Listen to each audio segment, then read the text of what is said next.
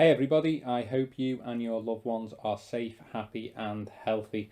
Before you listen to or watch the show, remember to subscribe and follow us on Twitter, Facebook and LinkedIn to stay up to date with all the latest news and updates from my legal club. If you, your family or your business need any legal support or no obligation solicitor quotes, please get in touch with us at mylegalclub.co.uk. Before you listen to the show, please note the content is for information purposes only and is not to be relied upon. Stay well, and I hope you enjoy the show. At Glenhawk, I'm seeing a lot of HMOs come to us and conversions and refurbishments and of all ilk. And I was thinking as you were talking about sort of 10 different answers that I've got in this, and all of them are pertinent with it. So I think to use mine and your words again back to it, reverse engineer it. Understand the area that you're buying that HMO or that property that's going to become a HMO in, and then the type of tenant who's going to be living in there as well. So if you're looking to use one of your points to extend it and make it the most professional HMO in the world, but it's actually based for students, would you actually do that? So how much would, if you were to extend and give the extra bedroom, how much would that, and let's just say it's one bedroom for that extension, how much would that bedroom over how many times give you back the cost that you've actually put into the works of that extension?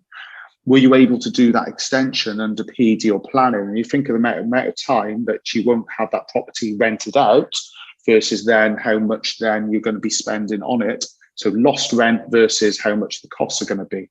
I'm not actually trying to put you off doing that if that's what an investor wants to do, just the considerations and things that you need to think about. I think if you are buying something still, and I've watched many a video on this, and I've been the source of a few of those videos, still people buy properties and don't understand that sometimes you can convert it from a C3 residential into a HMO under permitted development rights. Sometimes you can't, and then you need to have planning permission to do that.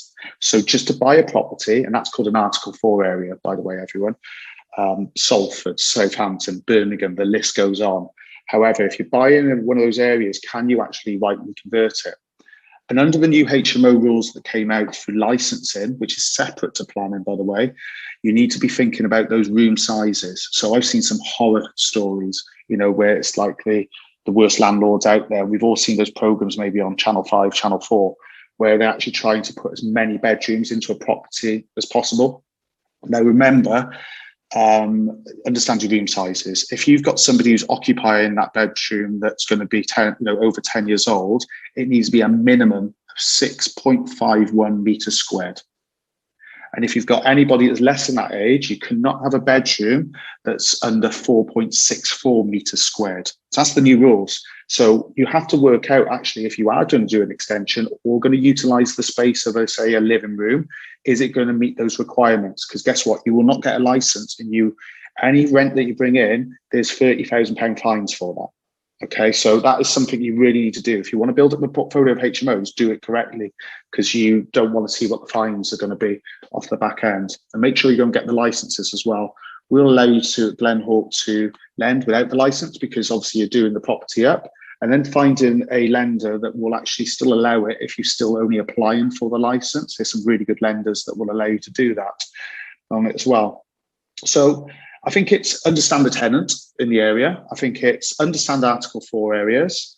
It's understand the rooms it wants, and understanding actually how much you're willing to spend on it versus actually what the property should be and desirable in the area.